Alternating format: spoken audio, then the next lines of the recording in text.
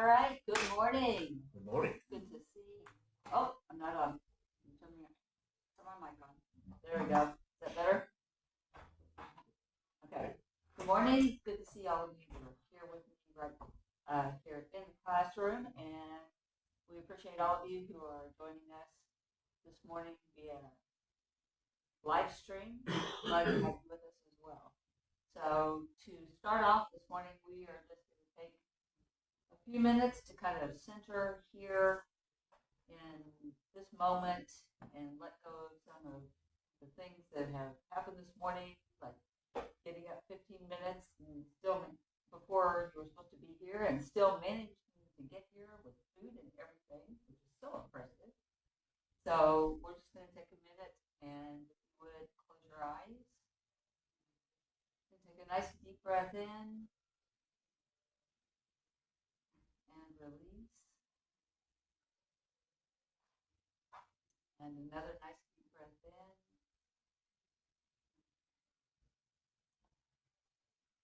And release.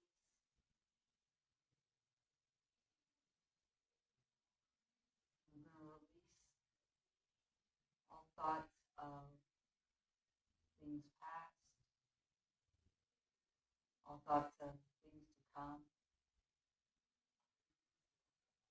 and bring our energy right here to this moment.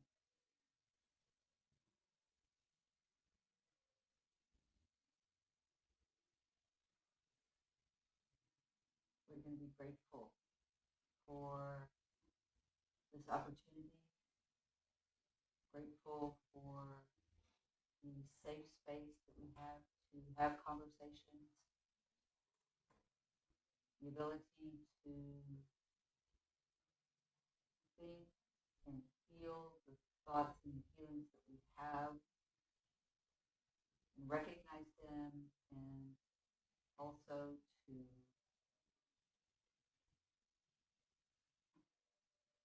allow ourselves to be changed by what we hear, to allow new thoughts and new ideas into our hearts, into our minds, to come to new understandings that we may not have thought of before, and also to be able to be love and be kindness, even though we may disagree on issues, on things that are said, and still continue to be that presence of love, that presence of oneness that we know that we all are. And so it is. Amen. Good morning. Good morning. All right. So this morning, what I wanted to do was, one, do kind of a check-in with people, with everyone. There's so much happening in our country. There's so much happening in our world right now. And I just kind of wanted to do a check-in with everyone, see where you are, see how you're doing, how you're feeling, and we'll go from there. Anyone? Where do you start? Yeah, where do you start? Right. Oh. I have a hard time working up any fear right now. I feel completely at ease. I purposely keep myself as ignorant as possible of all the politics that's going on. I try to stay out of other people's business, let them have their own life, and I expect them to do the same for me. And it seems to work very well for me. Anybody else? One thing I do like. What is the question? It was just checking in with everyone, with everything that's happening in our country, in our world right now. Just kind of checking in to see how people are, see how they're feeling. One thing that I do excuse me, I do want to say is that I want this to be a safe space for people to be able to talk about what's happening and how they're feeling, things that are going on. What I don't want this to be is I don't want this to be a place where we are talking about particular political parties, where we're not talking about politicians. We can talk about the issues that are happening, things that are happening, human rights violations that are taking place. But I don't want this to become something where we're talking about politicians or where we're talking about political parties. That's not what this is. So I just want to make that So for me right now, my most important thing is if I can love everyone, no matter what is happening in the world, and be that love in the world, to see it from that perspective. My belief is that then I'm part of the solution that I want. And so, and it doesn't matter, whether I choose to march, whether I choose to write somebody, whether I choose to pet my cat. If I can do it from a position of knowing knowing God is, and loving everybody, then I'm part of the solution. Now I got to repeat the question. Good morning. So we are checking in with everyone, just to kind of see where everyone is right now with things that are happening within our country, within the world. There's so much happening, and we just want to kind of check in, see where everyone is, how people are feeling. One thing I wanted to make sure is that we're not talking about politicians, specific politicians. We're not talking about political parties.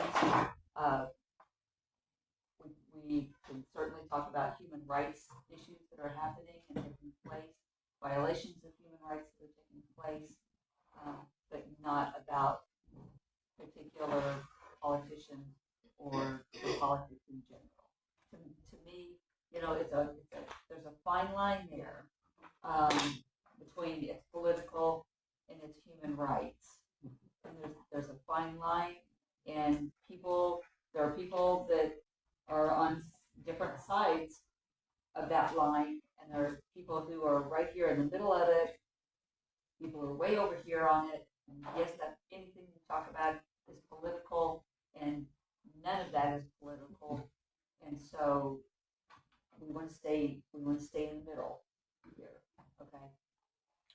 Well, for me, I think that our whole government system at this present moment is in dire need of some drastic improvement.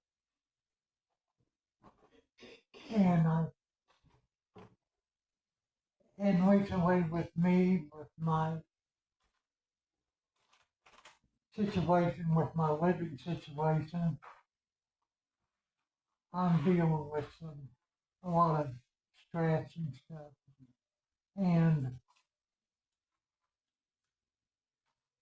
I woke up this morning and I was feeling a lot of anxiety and stuff. And no longer, just as soon as I left the property that I'm living on, the anxiety lifted. So I know that something will materialize. We'll find another place, but for right now I'm just in a lot of anxiety. Sure. And that's completely understandable when you're talking about something the necessity of a home, of your place to live. It's and know that we are all seeing with you that you are going to find the perfect opportunity and a perfect place that's going to suit you so well, and we are all seeing that with you, that we're going to be able to find that with you. And can I just add here that we are going to have a meeting tomorrow here at 5 o'clock. Brenda's going to be here, so anybody who would want to come and just do some brainstorming on how we can support her through this transition. So I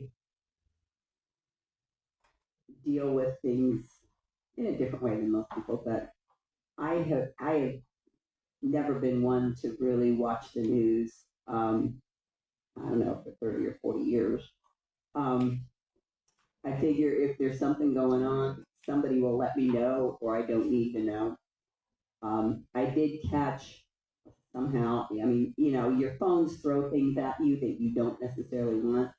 And so I listened to this stuff the other day, and afterwards I was like, ah. And then I talked to somebody else about something I'd seen, and he says, oh, it's not like that. He says, we actually export oil, so we don't have to worry because we have our own. And so I'm like, okay. So it's like I go along, and my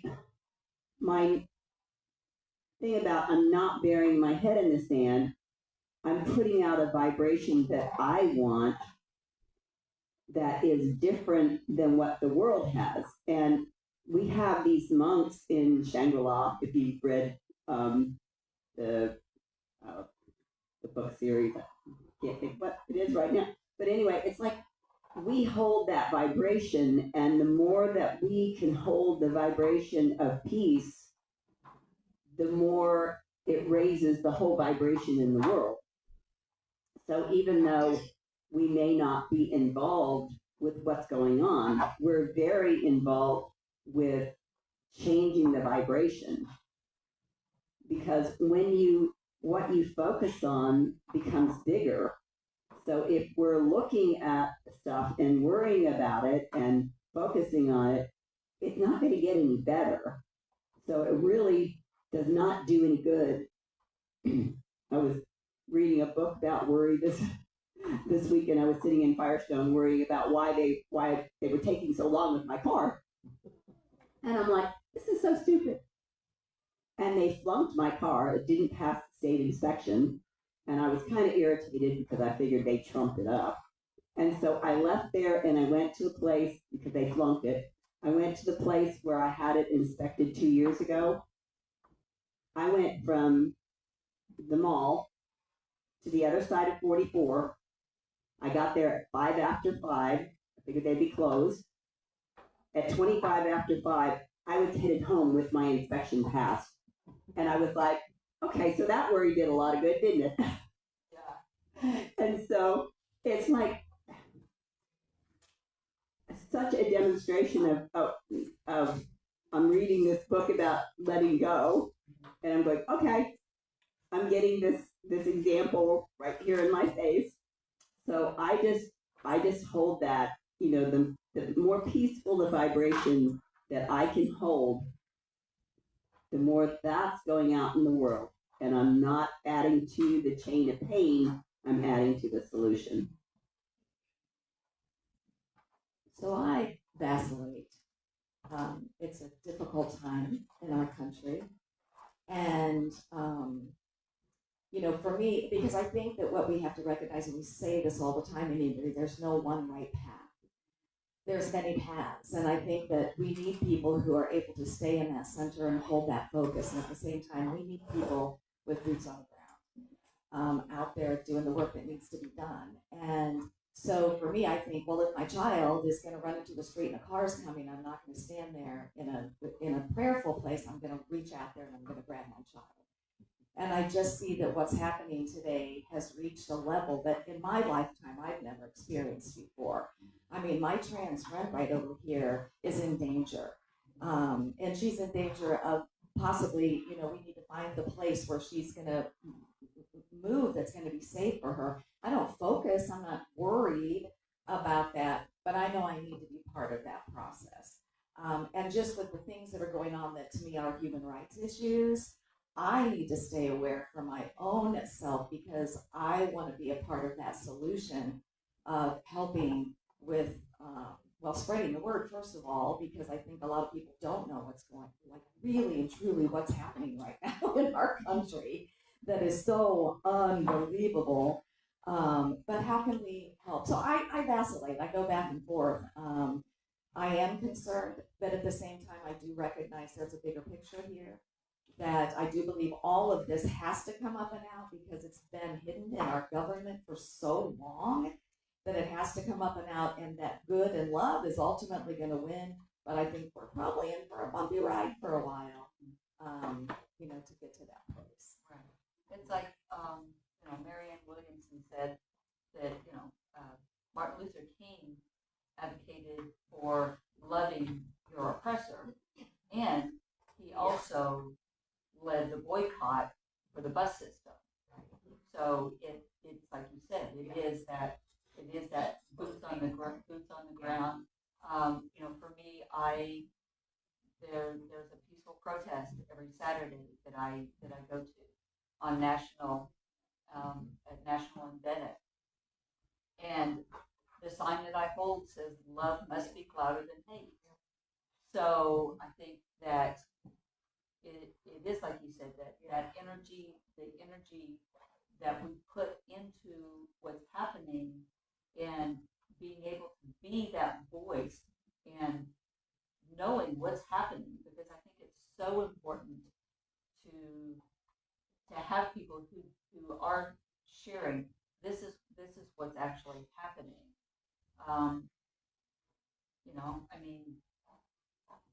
Nazi Germany, look what happened, because people had no idea what was actually going on until it had escalated to a point that it was so just absolutely horrendous that the rest of the world got involved in it. So, Well, our neighboring state in Kansas revoked all the driver's licenses of transgender people in that state. And that is causing a tremendous hardship on almost 2,000 people in the state of Kansas.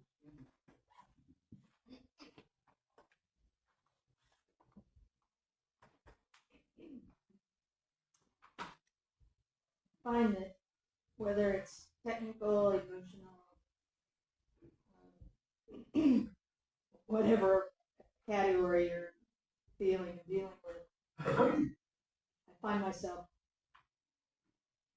in this questioning the right choice to do or not do, or think or not think, feel or not feel. It's always like, oh, I don't know, is this, and I just find myself often feeling like, well, boots on the ground, but spiritual positivity, and always there's the two things that right now have never been so loudly contrast, while also therefore hopefully loudly unifying ultimately in a lot of ways that I see also. There is so on that note, I think there is value for what we focus on and how we spend our currency is our attention. So how we spend it is what, that's our part, And so, I too have intentionally not focused on news a lot in my life because it's so much the focus on negative. There's a man who worked for the government with psyops and, not that I don't think there's all sides to everything, but the value of what I feel like he's put out is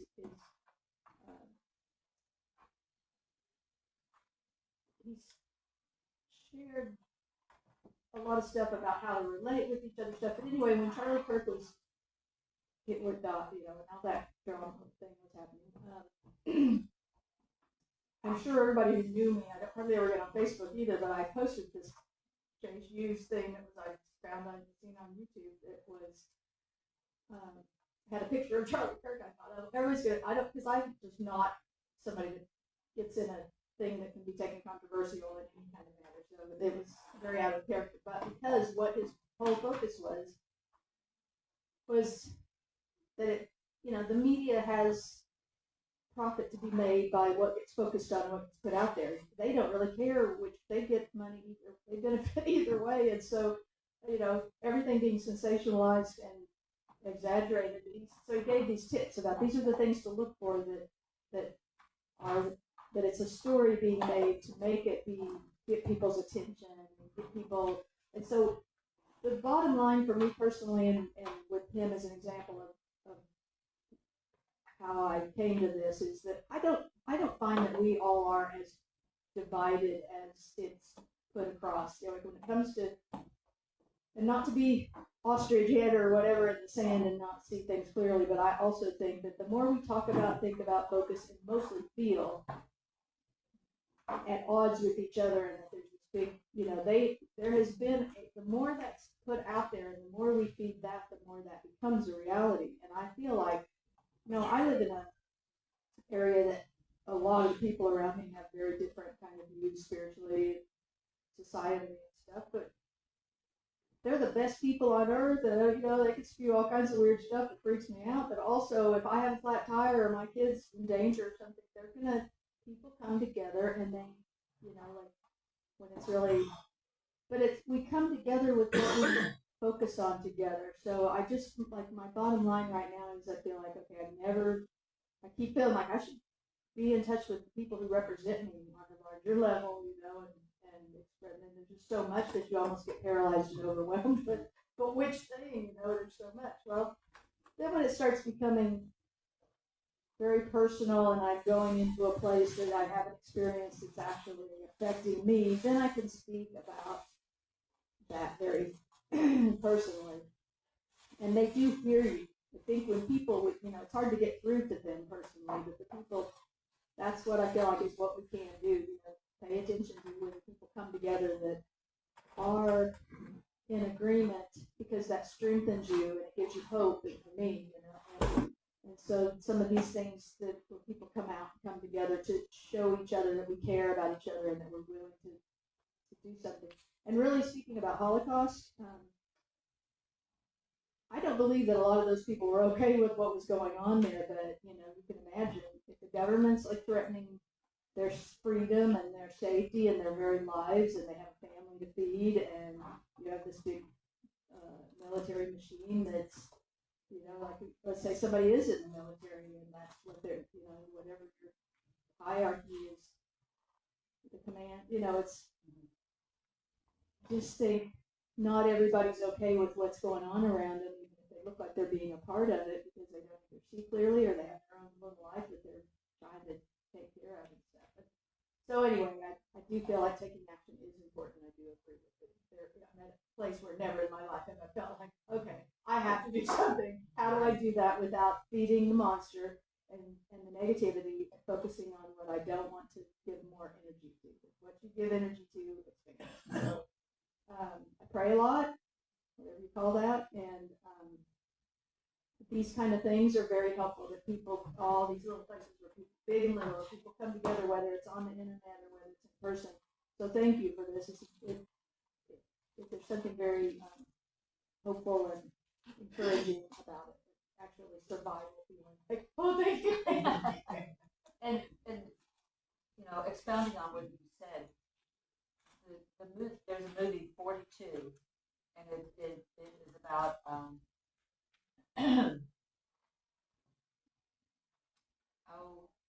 seriously, the baseball, Jackie Robinson. It's a movie about Jackie Robinson, and I've talked about this before. There's a scene in that movie where he just wanted to play baseball. And he was harassed and just badgered and physically assaulted just trying to play baseball. But there's a scene in that movie, I'm going to get emotional because it always makes me emotional, where the coach from the other team is being so absolutely horrendous to him, and the things that he is saying to him the dehumanization with the words that he was saying, and the camera pans to the crowd, and you can see a shift in the crowd because they recognize nobody deserves to be treated like that. That man's a human being, and no one deserves to be treated like that. It was the same thing with the civil rights movement when they were walking across that bridge, and when they were having these peaceful protests, and they were being beaten by the police.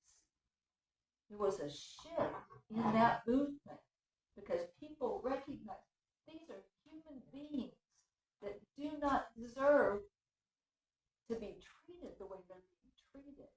And I think that's where we are in this country right now. Is we are in a place where there's a shift happening and where people are recognizing that undocumented immigrants don't deserve to have their children taken away from them and placed in horrendous places where they're being mistreated. They don't deserve to be sent off to a foreign country in a place where they're tortured and beaten and died just because they're here without documentation. And so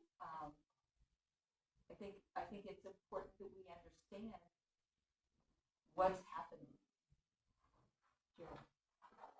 I just wanted to say that there's just so much good going on right now.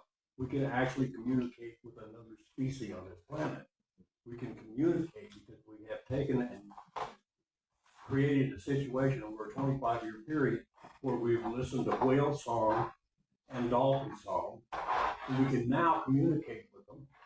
And so, and why I say that is that, like you said, the things that are contrasts that are happening are bringing so many people out, or they're just giving up on news, because the fact is it's owned by the wealthy. You're being told what to believe and what to fear. Fear is just not an answer to anything. If you don't like trash on the highway, stop and pick it up. We pick up trash around my house. Me and my wife both.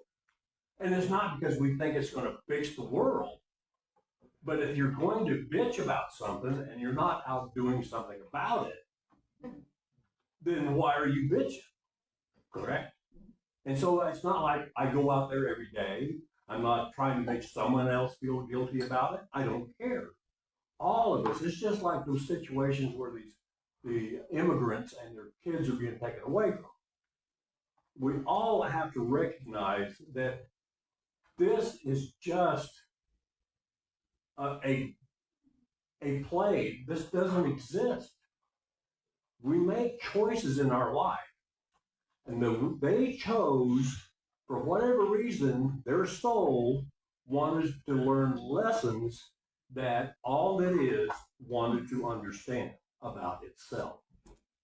And so I have to look at the fact, I have to honor the fact, people have honored me by letting me find me, whatever that took. I have to honor their choices also, because they made those choices. It was made before they got here. So Go ahead. So let me ask you this: at what point? And I hear you with fear, and I agree with you. And we also need to recognize that fear is the purpose right now. I think that is something that's different now. Is Brene Brown talks about there are 4 different types of power. There's power with, power to, power within, and power over. And right now what we're seeing is power over. And here's what she said: the people people who believe in power over, they believe that power is finite, like a pizza, and if I give you any, then I'm not gonna, then I'm not gonna have, I'm gonna have a deficit on it. And she says, in order to maintain it, you have to engage in periodic bouts of cruelty to the vulnerable population.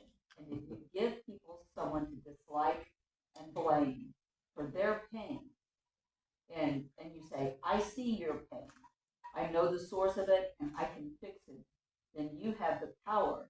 So what's happening right now is fear is being used for power in a way that we have not seen in this country that before. And so I'm not saying that we should live in that fear. What I am saying though is there are a lot of people who are living in that fear, and you say it's they made the choice to have those experiences. At what point though, because what happens when you have that is it chips away at your soul. That fear is chipping away at the soul of our country right now. So at what point, to me, that's the point where we who recognize it, step in and go, you do not, regardless of whether you came and that was you needed to have that experience, you do not deserve to be treated this way, and I want to alleviate your suffering. Yeah, I don't see it that way at all. I'm compassionate. Let me put it this way. I'm compassionate and understanding where a person is at. At the same time, I can't fix them. I can't change their situation. And none of that stuff, because they will, as soon as they walk away, with the mindset that they have, they're going to bring back into their experience exactly what they chose to do before they got here. All I can do is to just pick up trash on the road. I can carry the water and I can chop the wood. And by doing that, I can do it happily. And people will look at me and I'm an example of who and what a person, not that they have to, but a person can feel whole and complete inside themselves. And they have the ability to do so. At the same time, I can't tell them what to do. I can't fix them. I can't. If I'm out here and there's a riot going on, if I'm the one picking up the trash that they're dropping behind them in front of the trash can, pretty soon people are going to go, what are you doing? I got to get this stuff picked up. It's just carrying it. You see what I'm saying? Because both sides of any argument are wrong, and both sides of any argument are right. And I hear you. Yeah. And okay, so speaking from personal experience. Yeah. And we're going to get you, John. And speaking from personal experience, so I continue to get involved in relationships, and because my self-esteem was horrible because of things that have happened in my past, and I recognize that we are having an experience. It's like, the littlest soul. I'm going to come and I'm going to want to experience these things, and someone's going to show up so that I can have those experiences. And I walked into Unity, and the people in this church lifted me up and showed me who I truly am, and changed my life and changed my experience. So it made a difference. It did make a difference. So you take someone out of that situation and you lift them up and you love them and you recognize who they are and you help show them who they are. They don't walk back into that same experience because they are a changed person. I was a completely changed human being from walking into this church and having this experience and having the people here lift me up. And I didn't walk back into those relationships. So I was to kind of go off that I think that an example, the Holocaust, that it created an opportunity for some people, like one fellow who saved 100 and some Holocaust survivors and got them to the United States and out of Poland and Germany. And actually, and then he was at this meeting where all of the descendants of those survivors were there, and he had never trumpeted it or said anything about it, but there were some people who were aware of what he had done, and put all these people, there was like 400, 500 people in this room who were only there because of what he had done. And I think it's because he had the compassion, and I think we can be moved by compassion, but it's an individual thing. It's a one, it's an inside job that we all should choose what it is, what part we're going to play, whether it's picking up trash on the side of the road, or whether it's a No King's March, or whether it's whatever a person feels called and moved by that compassion, by that being able to feel that fear or feel that pain in someone. The one exception that I have to what you said is when you said it's not real. Because I'm going to say, look at Brenda right now, and what she's going through is very real. And it's very real from this human experience. And I believe that as a spiritual person, I am here to help lift others around me. I believe that's part of what my calling is. No, I'm not putting it down, just saying I don't agree with that part. And I'll tell you that after the shootings in Minneapolis, and I'm sad that it took that for me to wake up to go, wow, what white privilege do I have that I can be sitting here in my own life and not ever be affected by, looking at what the Latinos are experiencing today breaks my heart. I can't look at it and say, well, this is a soul contract that they have. Maybe it is, but maybe part of my soul contract is to help them because the conditions they're living in are horrific. The things that are happening to them are horrific. We would not want anybody in our families or our spiritual family to ever experience what these people are experiencing. Now they're looking at a possible draft. I don't want my grandson to go to war and possibly die in war. Whether it's a soul contract or not, I still feel like I have a calling within me to step up, especially now, and make my voice heard to say none of this is okay.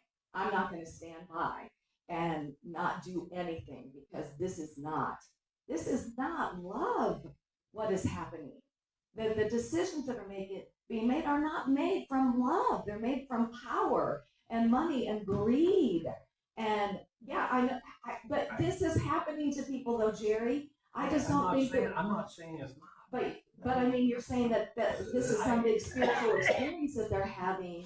It is. And I get that. And at the same time, thank God for people who have stepped in along the way to help lift other people.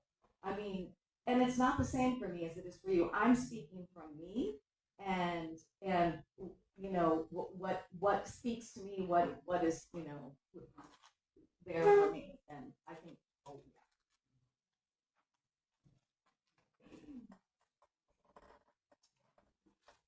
yeah. If we're walking down the street and we saw a 2-year-old fall in a grate and get its leg caught, the dog's about to chew its face off, we're going to act. And so, that's for each of us. Most of us would act. Some people will not, and somebody can have. And also, I respect that some people can have a spiritual belief that if I reach in there and save you from that, I'm actually preventing you from your karma or something, But I agree with you, and I agree with you. I'm just saying that this brings me to the emotional, visual thing that I always think. There's all of these things that I agree with both. That's the point. I have all of these realities that I started with, and I find myself in the middle of this with this, and but I just keep coming back to that when it should. Wendy and Dawn are good about this. They've taught me a lot. When you're on a street corner and the person is there asking for help, and you feel in your present moment called to do that thing, that's what's before you. If it becomes to my awareness because of however I was made, that makes me happen to reach out and look at something that, or the phone just shows me something that I didn't really want to see or something, but I trust all of that. What shows up in my reality, in my present moment, is mine to do. And that's all I have to do with. I do it with love and service, and it's some kind of weird surrender to, I don't have to understand or like it all, but I can tell when it feels right, even if it feels kind of wrong sometimes.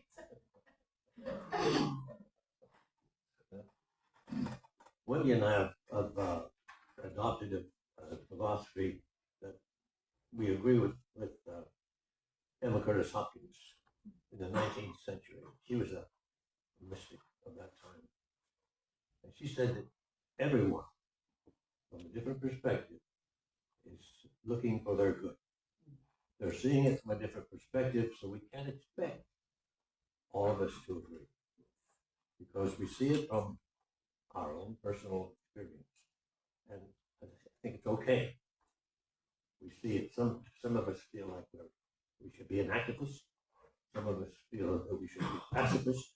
Some of us feel that we're anywhere in between.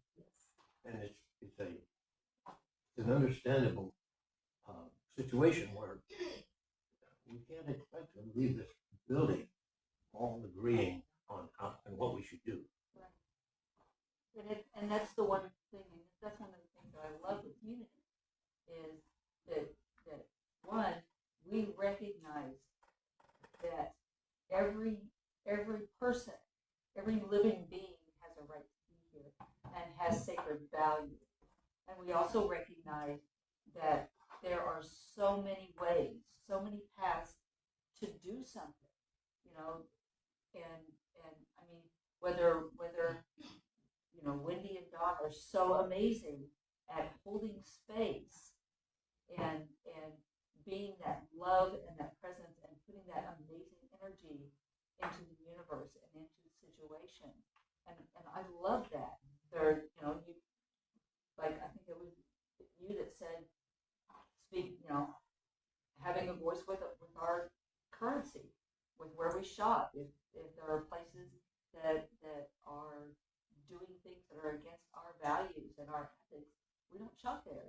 There are a lot of places that we just keep adding to the places that we don't shop. And it's like, man, we're running out of places to buy certain things because we don't support them. We don't agree with their policies, and so we don't shop there. There are lots and lots of different ways to get involved. So I think everybody, in a way, is saying the same thing, and that is that we would like to be part of the change. Okay. And I think within each of us, through our experience, through our belief systems, that to me is the work, and I'm not saying not doing, okay, but I'm saying that we look. So, for instance, Myrtle. Myrtle had tuberculosis.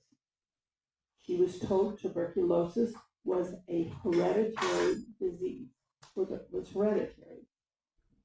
And she could have put money into research. There's so many things she could have done to fight tuberculosis, this hereditary disease, but it wasn't a hereditary disease.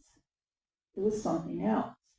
And I think, like with Jerry, is part of what he's saying is maybe what we think something is not really what it is. So the way to address it, like for Myrtle, was to say, I'm a child of God. So this whole church is founded on someone who said, I'm not going to look for the physical solution because I don't see one there. Okay. But she still did things. She took action in that she said, I'm going to say these things every day, you know. So the question becomes, what action is the action that is going to work? And some of you know, I mean, I come from something really, really dark, really, really no darker than what you guys are talking about. Okay.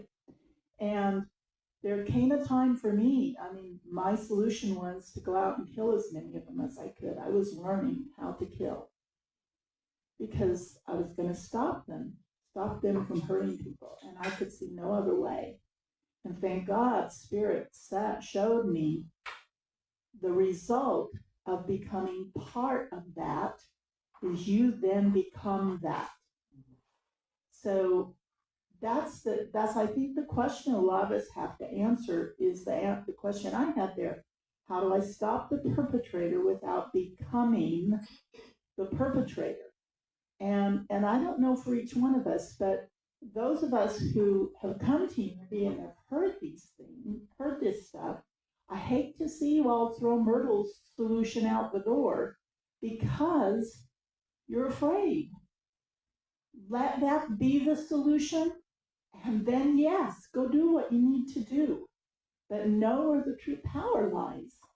And there was recently in that same stuff I grew up in, I had someone that I really loved that was killed by them.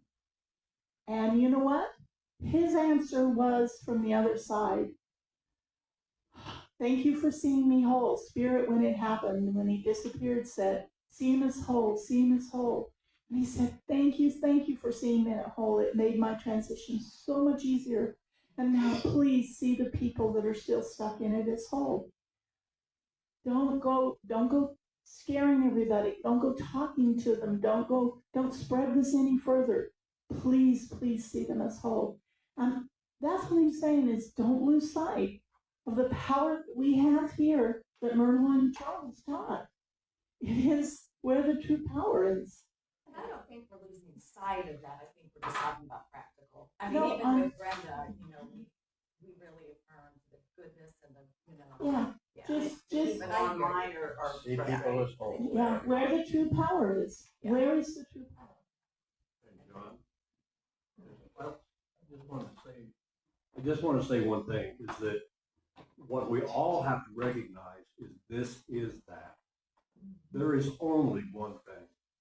No matter how you separate yourself from someone else because of the contrast that you are seeing in them, you are looking at God. There is nothing but God. God is. And so whenever you judge, that which you feel is different from what you think you are judging God. And any situation you ever get into, if you become mad at something or upset about something, or it becomes a thing where, oh gosh, that's happened to me again, you're telling God that no, this can't happen to me anymore.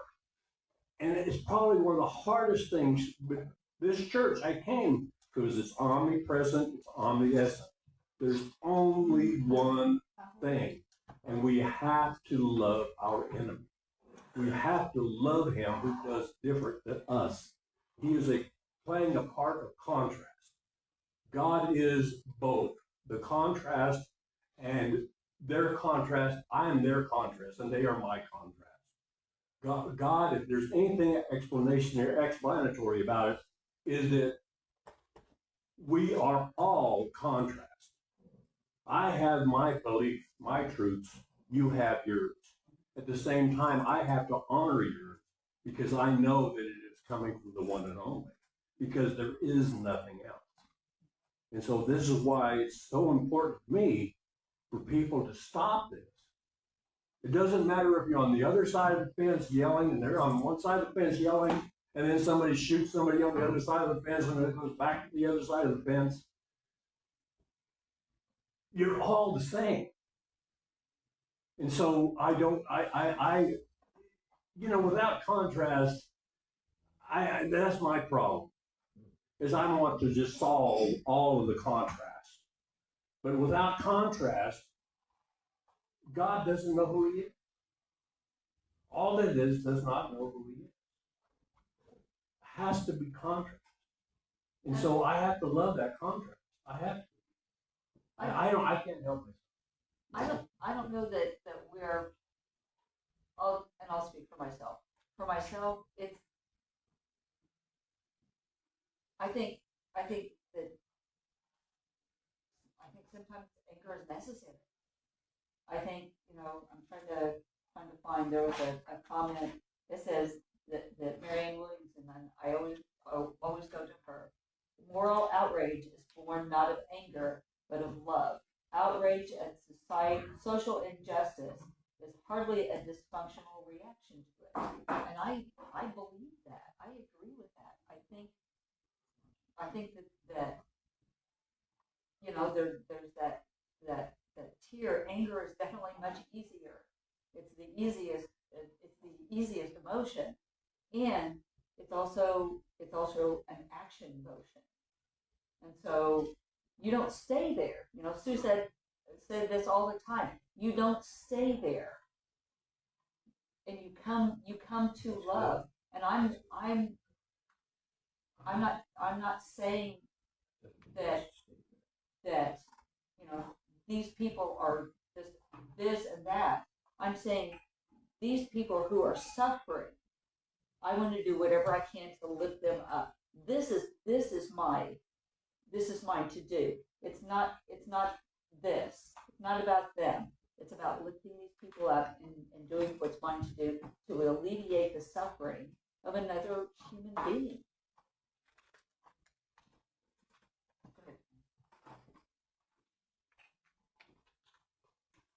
There are levels of intelligence, levels of evolution, levels of spiritual knowledge, wisdom, and it's so hard to not want to give all that you have to somebody that you feel could use it and isn't at a place that you've been blessed with, that you feel like is, like extra insider knowledge or ability to see love through the challenges and stuff. But that's that you helped me to realize. The trick is that, and as bad as I want to give advice and give some of this knowledge that I have about how things would work, and that it's all really is, we're all connected, we're all one. If you try to tell a 2-year-old that's in a grade with a dog about to chew its face off how they chose this karmic path and that there's this whole spiritual, they're not at a place where that's what they need right then. So I think right now we're at a place where picking and choosing who, where, and when, what's mine to share or not is tricky business. I really just want to say real quick that I really like the whole idea that you were talking about in terms of that when people start to see what the result of the actions are that are taken. Because I think that the whole current immigration policy, which is really no policy at all, is there is no process. If I wanted to immigrate to the United States right now, it is just a mess. There's the laws, there's not the resources in the right places where it could be done in any kind of an orderly fashion. And it's been that way in all of my memory. But out of fear and love and anger at how messed up it is, that's what they came up with.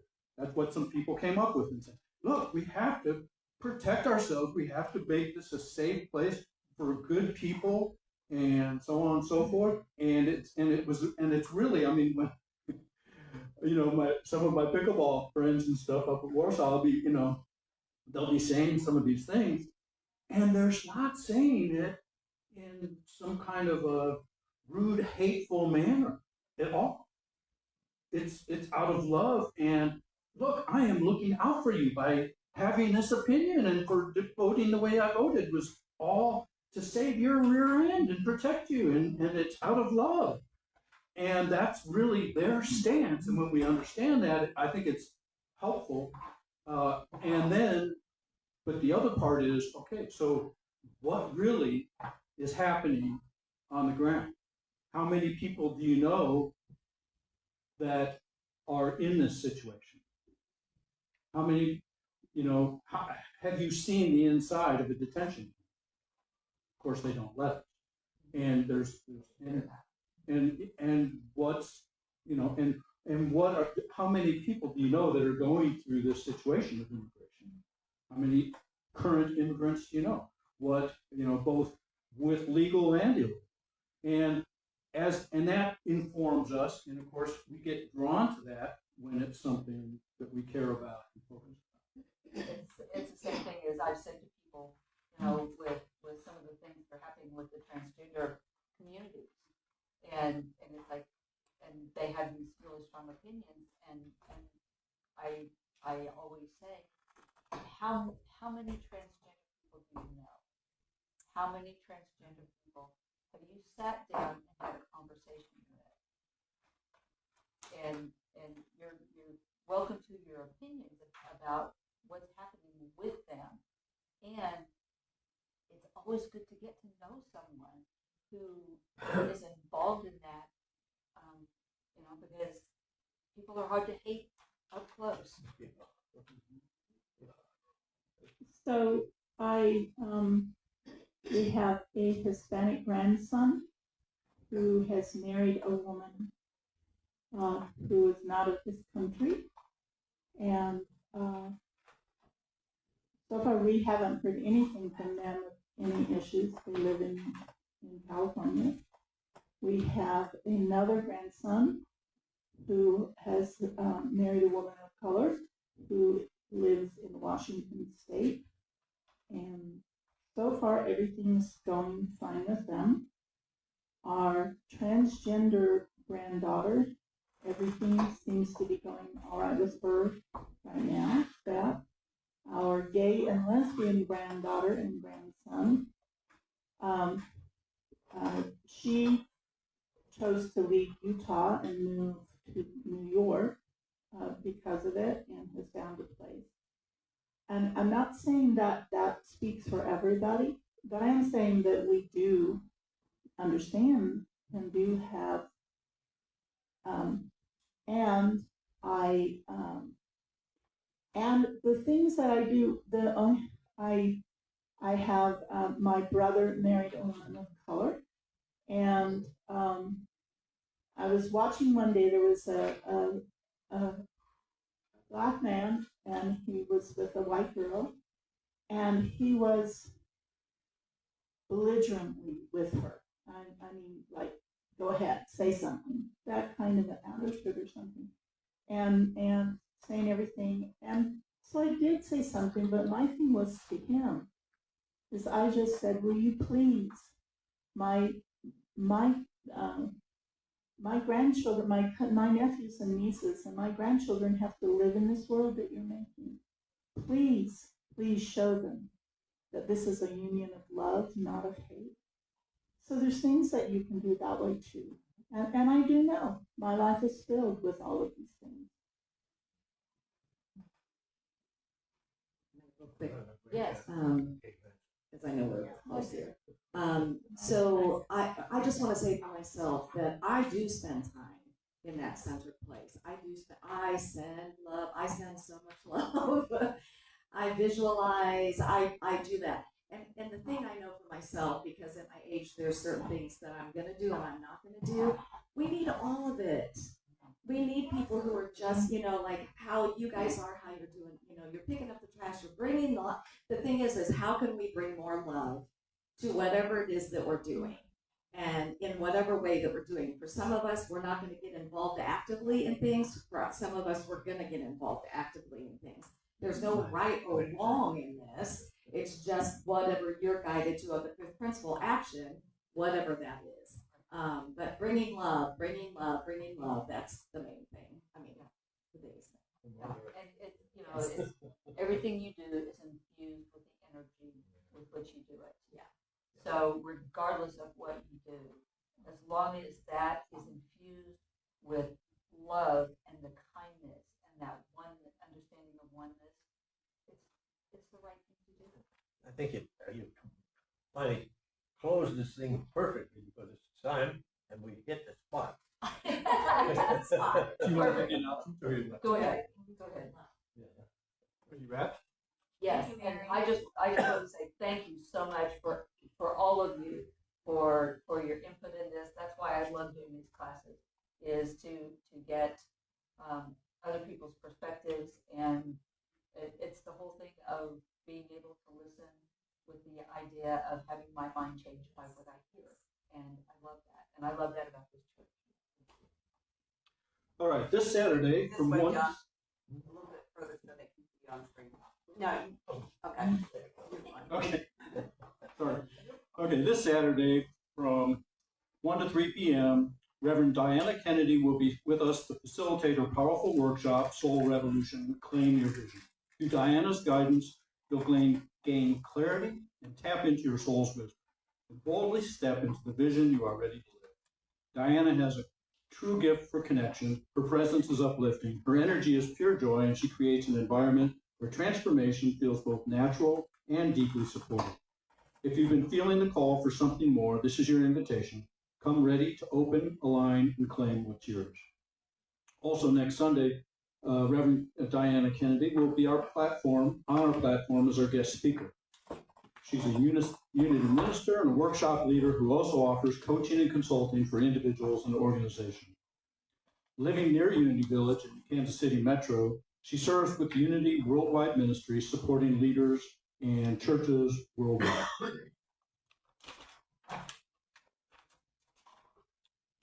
Join us next Sunday at 9:15, our New Thought adult education class, Jesus Through Jewish Eyes, Part 2 with Paul Dick. You can join in person or watch live on our Facebook page.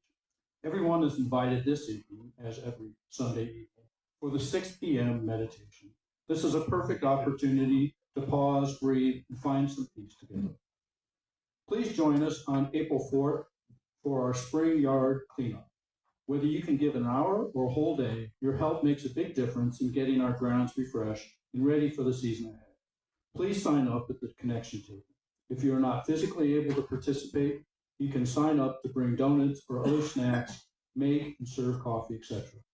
Our youth department is planning an egg hunt for our kids on Easter Sunday, April 5th, right after the service. They are asking for donations of individually wrapped candy to help fill the eggs. If you would like to contribute, please bring your candy donations to the church before Easter Sunday. Actually, before that, like that Thursday, because they need to have time to stuff them. Okay, bring them in at least by Thursday before Easter so they have time to stuff. Our annual spring yard sale is on April 10th and 11th. The yard sale will be set up on April 5th, right after the service, and it takes a lot of volunteers to get ready for the sale, so please sign up in the foyer. 26 days until Planet Unity. We need all hands on deck, and there are many ways to get involved. You can sponsor an event, be a vendor, donate items to raffle or for the silent auction, bake some cookies or brownies, or volunteer during the event. Check out the Planet Unity table in the foyer for all the details. There's a Planet Unity committee meeting right after the service this morning. All are welcome to attend. We are selling raffle tickets for a beautiful 5 Principles quilt, handmade and donated by our Wendy Fredrickson, a guitar donated by Richard Sigler, and a Star Wars Lego set donated by Rich Odell. We also have a 50-50 raffle going. Tickets are on sale now, and the winners will be drawn at Planet Unity. We're taking orders for Planet Unity t-shirts. Shirts are $15 each, and you can get a regular crew neck or a V-neck. Please sign up at the Planet Unity table in the foyer. The last day to order is next Sunday, March 29th. Thank you guys. Circle up and